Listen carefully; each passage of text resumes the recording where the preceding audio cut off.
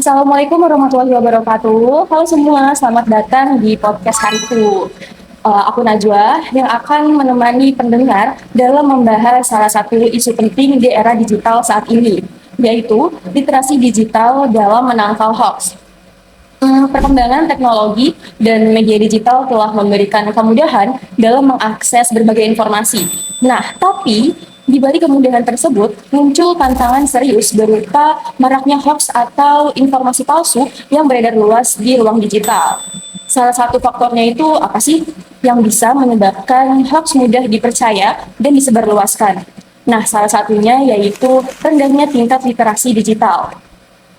Nah, untuk membahas isu ini secara mendalam, pada kesempatan kali ini kami menghadirkan narasumber yang memiliki latar belakang sebagai pendidik dan konselor. Kira-kira siapa ya? Nah, telah hadir bersama kita Ibu Indah Habibah SPD yang akan berbagi pandangan dan pengalaman terkait pentingnya literasi digital dalam membentuk sikap kritis masyarakat terhadap informasi yang beredar. Ibu Indah, salam kenal, selamat datang. Boleh perkenalan biar teman-teman tahu. Baik, izin ya, perkenalkan nama saya Indah Habibah. Saya sebagai guru di MAN 2 Bogor dan sebagai guru baru karena saya kebetulan baru lulus tahun ini kuliahnya. Jadi saya guru baru di sekolah. Oh iya, oke. Menurut Ibu Indah, jika melihat kondisi saat ini, kita itu hidup di era di mana informasi itu hadir secara terus-menerus tanpa jeda. Nah, mengapa sih isu hoax itu menjadi sulit untuk dihindari? Oke.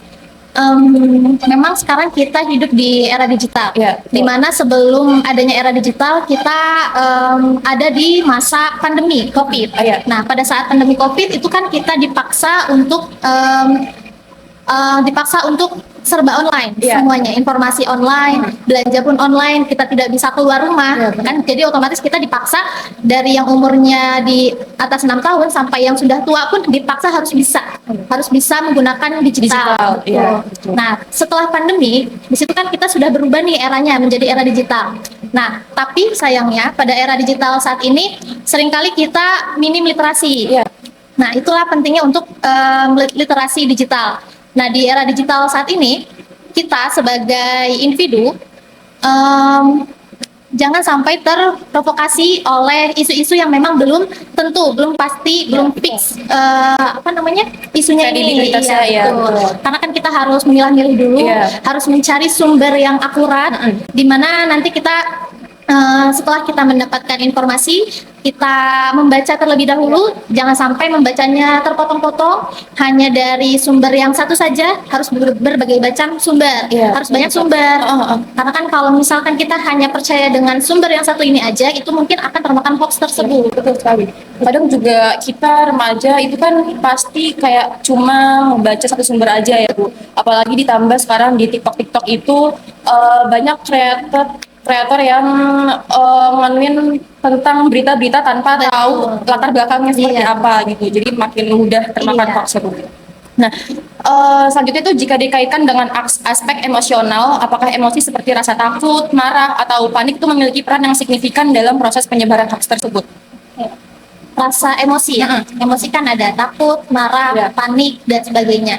Itu sangat-sangat bersangkut paut, bersinambung. Karena seperti pertama rasa marah dulu deh. Iya. Saat kita melihat isu atau saat kita melihat informasi yang menurut kita itu kita yakini, karena kita contohnya contoh kecilnya di sekolah. Iya. Saat ada isu pembulian. Oh iya. Nah, di situ ada salah satu anak yang mungkin memang tidak suka dengan anak ini, yang diisukan dia pembuli. Oh iya. Nah, dia meyakini kalau si pembuli ini memang membuli anak yang lain. Padahal yang sebenarnya terjadi itu tidak seperti itu. Nah, karena emosi marah dia ini, karena dia tidak suka ini, jadilah dia meyakini adanya pembulian.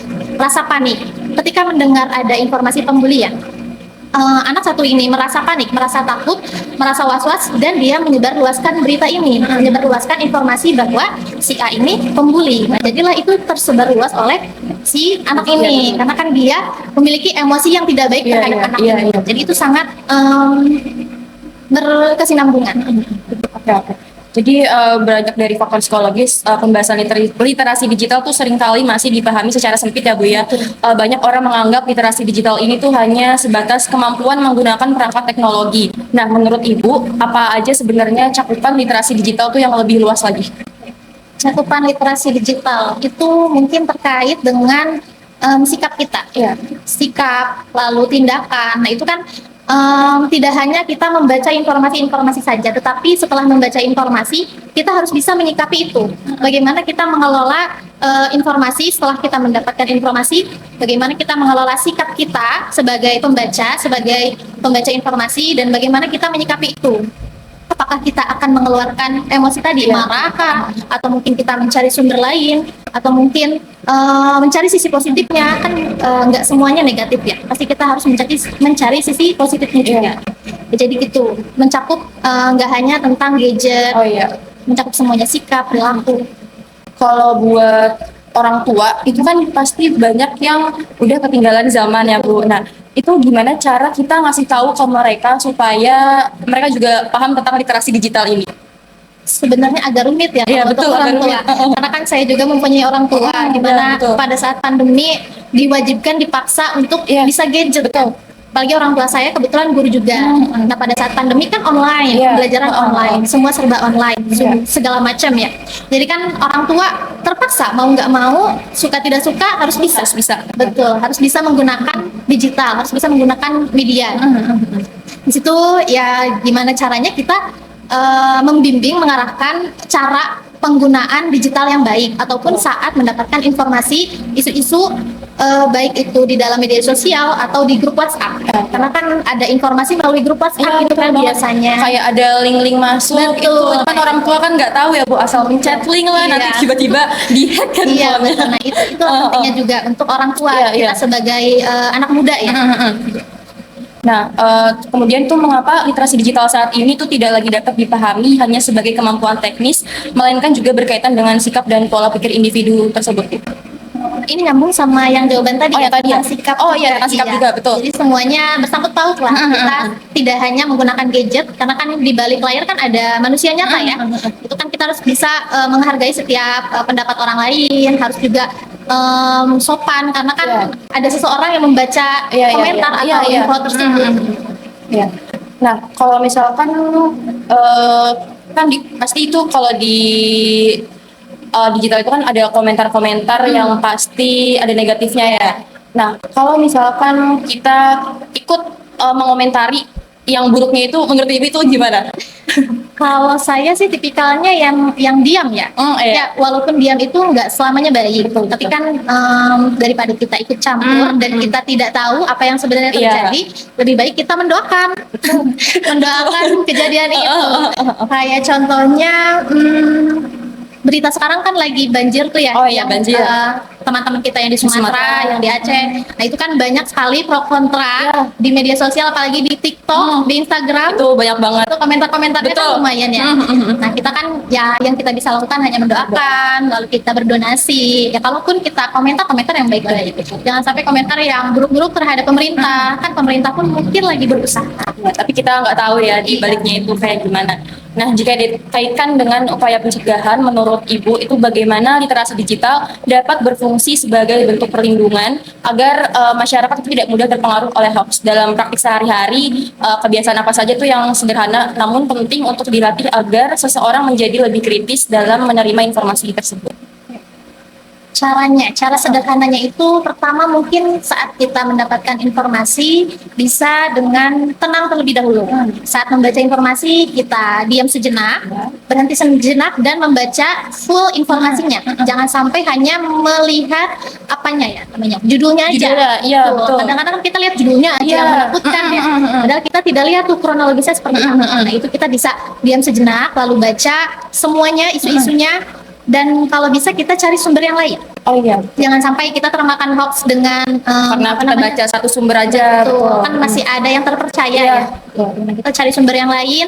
Lalu kalau misalkan memang ada pro kontra sesama manusia gitu ya. Kita kalau tidak bisa untuk menengahi ya diam saja. Kalau misalkan memang ingin meluruskan dengan kalimat yang sopan gitu. Iya, betul sekali Bu. Sekarang juga kan udah banyak banget media-media yang kalau buat berita itu kan dari judulnya tuh yang apa ya, yang bisa menarik Iya, pembaca gitu. sensasional Iya, ya. betul. Jadi nggak tahu isinya apa, tapi judulnya tuh bisa menarik kita buat ngebaca itu. Nah, jadi jika dirangkum secara praktis, apa langkah-langkah yang sebaiknya dilakukan sebelum seseorang mempercayai atau menyebarkan suatu informasi dalam situasi ketika kita menemukan informasi yang keliru? Menurut Ibu, apakah sikap diam itu lebih tepat atau justru diperlukan upaya untuk meluruskan informasi tersebut? Sikap diam tadi kan seperti saya ya. Oh iya. Tapi kadang sikap diam itu tidak selalu baik. Iya, betul. Jadi ya ada kalanya. Jadi ini tergantung dari mana isu-isu tersebut. Kalau misalkan memang isu atau informasi yang telah kita kuasai itu benar adanya, kita boleh meluruskan. Tapi dengan kalimat yang sopan dan tidak menyinggung orang lain. Terus kalau berdiam diri pun bisa jika ketika ada informasi yang memang lagi panas nih, nah itu kita berdiam diri dulu saja. Kalau sekiranya sudah reda, nah itu kita bisa meluruskan. Karena kan orang kalau lagi emosi nggak bisa dikasih tahu ya. Iya, benar. Pasti selalu Iya, bakal melonjak, makin melonjak emosinya gitu. Pertanyaan terakhir Ibu, pesan apa yang ingin disampaikan agar kita semua itu dapat menjadi pengguna media digital yang lebih bijak, kritis, dan berempati? Pesan saya,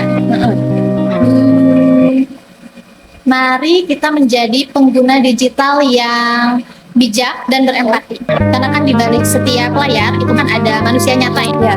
Jadi ketika kita melakukan hal-hal atau mengetik kalimat-kalimat yang kurang enak dibaca, itu kan menyinggung hati orang lain. Dan kita harus berempati dengan orang lain juga. Dan kita harus bisa memilah-milih informasi yang tepat. Cukup ya. Jadi sebagai penutup dari diskusi yang telah berlangsung, dapat disimpulkan bahwa literasi digital memiliki peran yang sangat penting dalam menghadapi maraknya hoax di era digital. Melalui literasi digital ini, masyarakat diharapkan mampu bersikap lebih kritis, bijak, dan bertanggung jawab dalam menerima maupun menyebarkan informasi. Saya mengucapkan terima kasih kepada Ibu Indah atas waktu dan pandangan yang telah diberikan dalam diskusi kali ini. Semoga pembahasan yang disampaikan dapat memberikan wawasan ke teman-teman serta wawasan terhadap penyebar dan literasi digital dalam kehidupan sehari-hari. Terima kasih juga kepada seluruh pendengar yang telah menyimak podcast ini hingga akhir. Semoga diskusi ini bermanfaat dan dapat menjadi pengingat bagi kita semua untuk menjadi pengguna media digital yang lebih cerdas, kritis, dan berempati. Sampai bertemu pada kesempatan berikutnya. Bye.